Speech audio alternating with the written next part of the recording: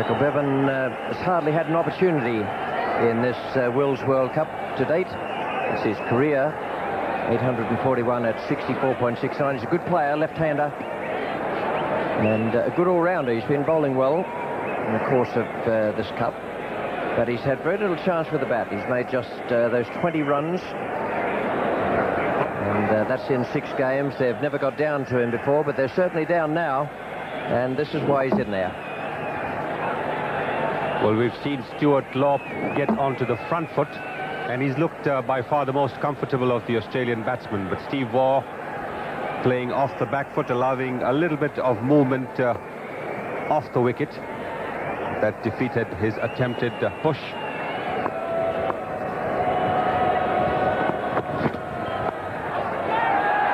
Nice stroke. There is a third man. That field is quite fast, but to be able to cut that off.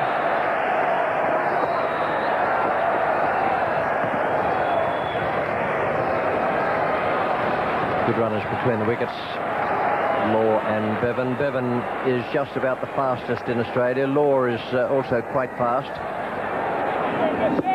And Law, by trying to get onto the front foot, is also forcing Bishop to bowl just a little bit short, so that he doesn't pitch it up for the drive. And that's Kapil Dev, the record holder for the highest number of wickets in Test cricket. Nice stroke. Good free-flowing stroke straight down the ground. And that'll be a welcome relief for the Australian dressing room. A shot like that against a bowler of Ambrose's caliber also makes the batsman feel very good. Waiting for the ball to come onto the bat, playing the shot late, but when he did that, playing it very positively.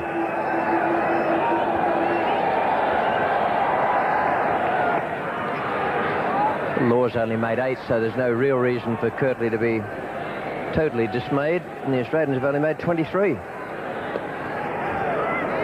No fast bowler likes to be driven straight back past him. That's what Stuart Law almost did. It was to the left of Ambrose, but to be driven in such a positive, forthright manner certainly never pleases a fast bowler. Nice stroke from Bevan. That won't go to the boundary unless it's a bit of a downhill slope out there, but they'll get 3.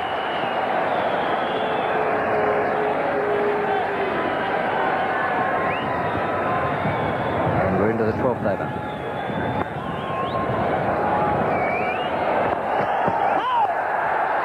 No ball. A raw around the ground, but it looked to me as though Law changed his stroke. Must have been a very early call there, and Chandapur was the man taking the catch. With the front foot rule, it is not always easy for the batsman to hear the call, particularly against a quick bowler. But this call was definitely heard by Stuart Law, and he changed his shot. He was shaping to play it along the ground, but the moment he heard the umpire shout, "No ball," the bottom hand came into play, trying to loft it over the infield.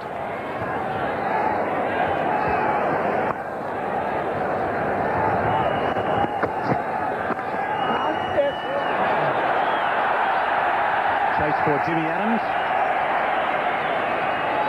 Hasn't been much for the Australian batsman to hit. Stuart Law has probably played the shot of the day so far. A lovely drive off Kirtley Ambrose. Well, yeah, again, standing up and punching Bishop through the offside. Stuart Law is a player who has a lot of time to play his shots. Gets into very good position, and that really allows him to play on either side of the wicket.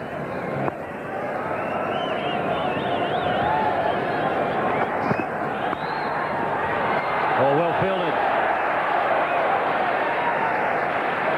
Jimmy Adams on his natural hand. Lovely piece of work.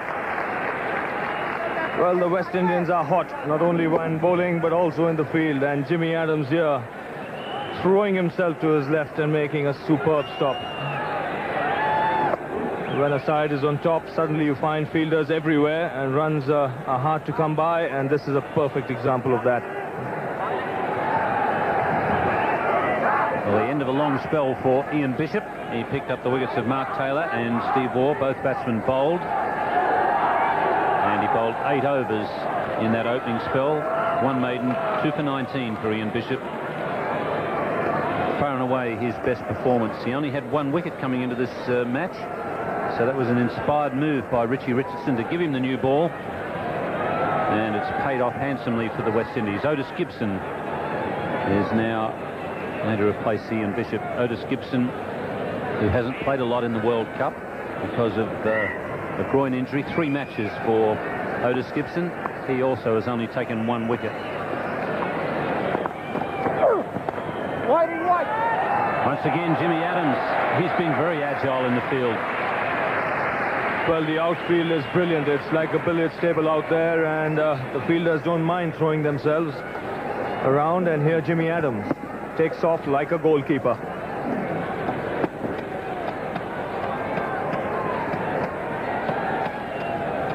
That was good work because the ball stayed down. It didn't bounce up, and Jimmy Adams obviously kept his eye on the ball the whole way. Good fielding. Beautiful shot.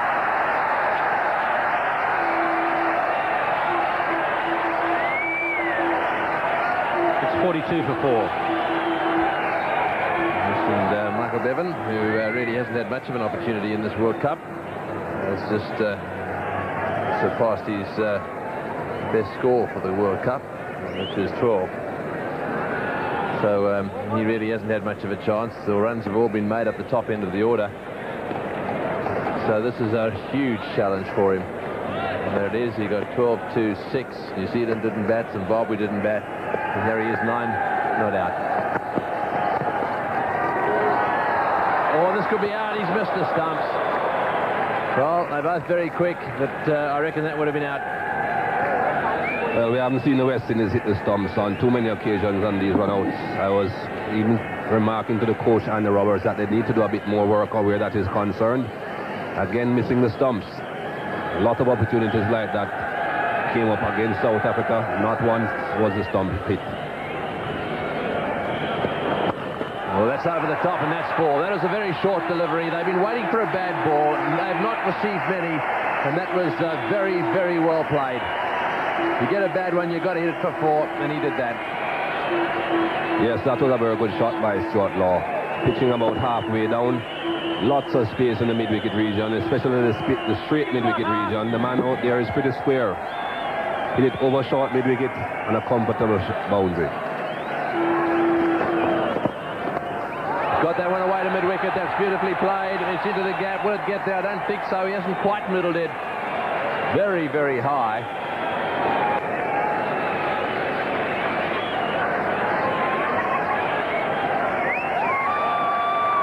Stuart Law making full use of the fact that the mid-wicket is a bit square.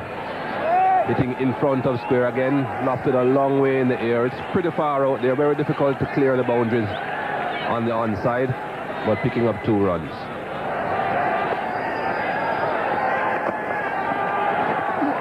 Well, we went down the wicket and then back around. He's run over the top of it. Well, they haven't made many mistakes today. An apology there from Walsh, who came charging in, tried to pick that up. He was going to underarm it, but unfortunately, I think probably took his eye off the ball and ran over the top. I think from the moment Courtney Walsh saw them running, he thought, well, this might be a run out. Coming in with one hand, not very good fielding.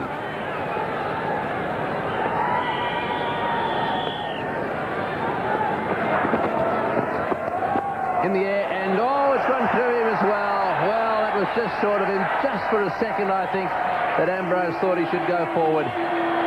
He didn't. He missed it. 9 runs from the over, 63 for 4.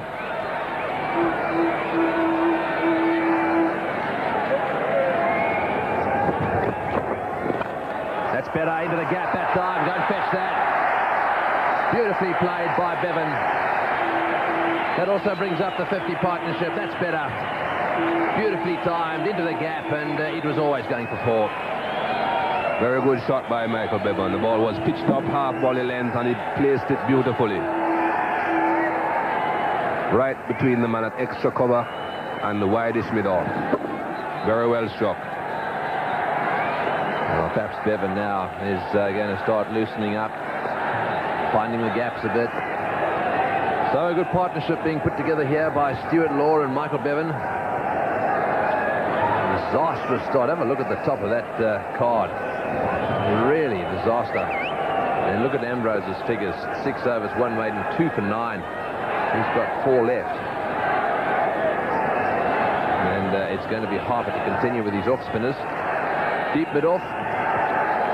Man on the point boundary. Protection deep, long on. Square leg boundary. Well, that's well fielded. Beautifully done. Well, he's had a few problems with fumbles in this last year, but that was well done. He's very quick.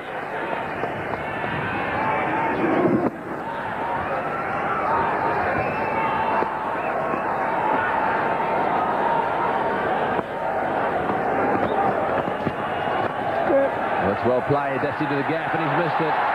Outstretched leg, trying to stop that one by Richie Richardson, but it's beat him. That's better placement.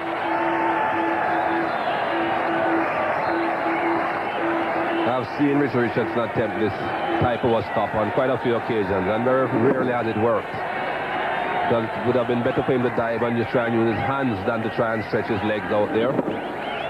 Obviously, you're going to cover a lot more ground if you dive goalkeeper style rather. But a very good shot.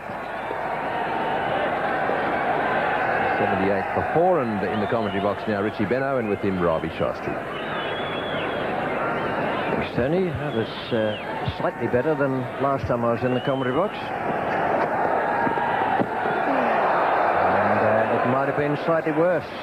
Courtney Brown just having a problem there. The ball didn't seem to get up all that much.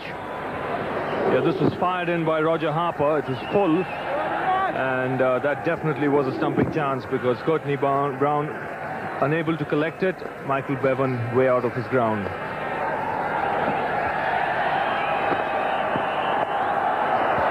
No fielder out there. That looked as though it was one of those premeditated strokes Bevan talks about. Had his own method of playing limited overs cricket, and it's very successful. Has a picture of where every fielder is.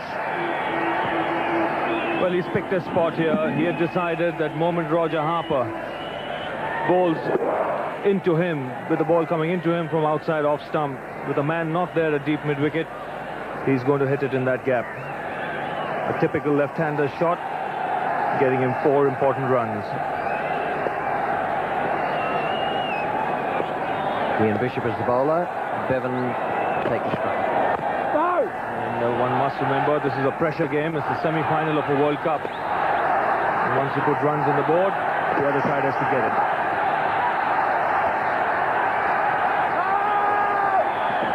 And another fumble. That's 3 now in, let's see, the first one was 2 overs ago. Then there's another one almost immediately, and there's the call from Richardson. Well, Jimmy Adams has done everything right in the field up to now, but here trying to pick up this ball one-handed, not really keeping his eyes on the ball, and resulting in a fumble.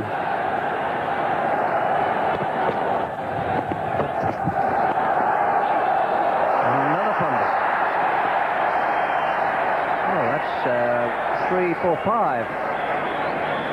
And perhaps the fingers are just turning into little rods of iron. It's 91 for 4 and 29 have gone.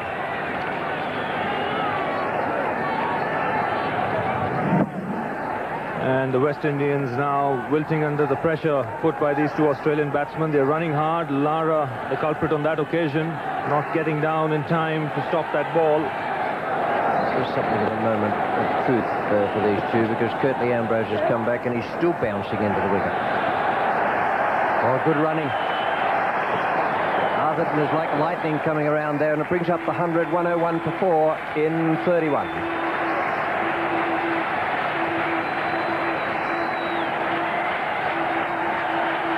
Curtly Ambrose is ready, and Stuart Law is taking strike. And the single to the man out there, but it does give him his 50, and that is a very, very good innings from Stuart Law. Well, the value of this innings could be realized later. A tough innings under pressure. kept his head, especially at a time when the West Indian bowlers were on top and were charging in. And he's really done a superb job for Australia so far, but it's only half done. Stuart Law would look to play right through these 50 overs. A 99-run partnership between Stuart Law and Michael Bevan.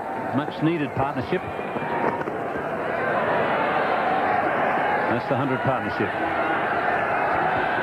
Sherwin Campbell on the field. Brian Lara has been off for quite some time. That's another worry for the West Indies. Otis Gibson is certainly not 100% fit. That's 50 to Michael Bevan.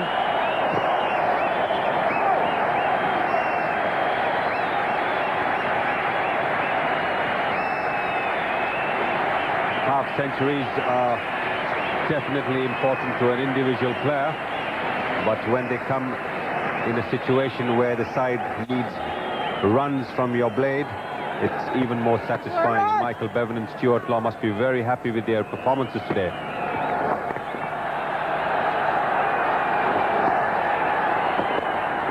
It's beautifully hit. He's picked the spot straight.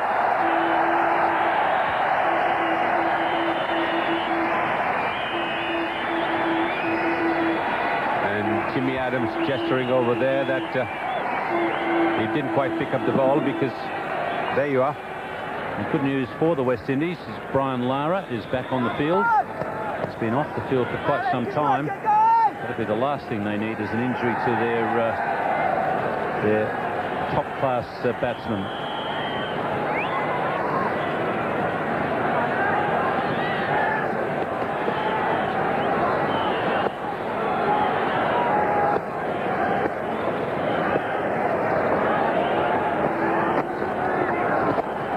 Chance it long off, Ambrose. No, it's too high for him even.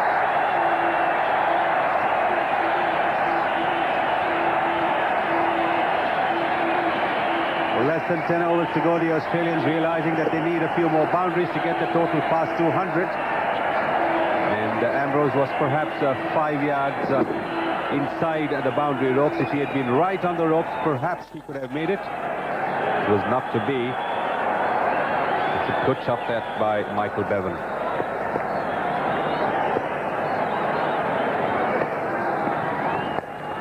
Chance here, and it's gone into the lights. Richie Richardson hasn't seen a thing now. That is an enormous break for Australia. That was a dolly catch. In fact, it's Chanderpaul, that point, completely lost it.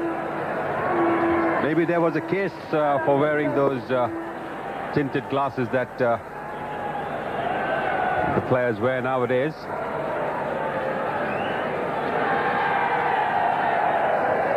Two runs off the last 2 overs. That's the best that the Australians have done, 11 off and over.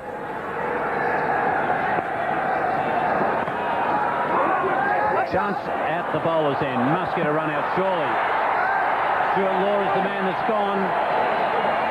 And that wasn't a good call from Michael Bevan. Well, Michael Bevan is the quicker runner of the two, and he was quite sure that he would be able to get to the danger end. The danger end would have been normally the wicketkeeper's end, but as soon as Ambrose at short third man saw that Stuart Law was slow in responding to Michael Bevan's call, he threw it at the bowler's end, and Stuart Law, after a good hand of 72, is out. Australia 153 for 5.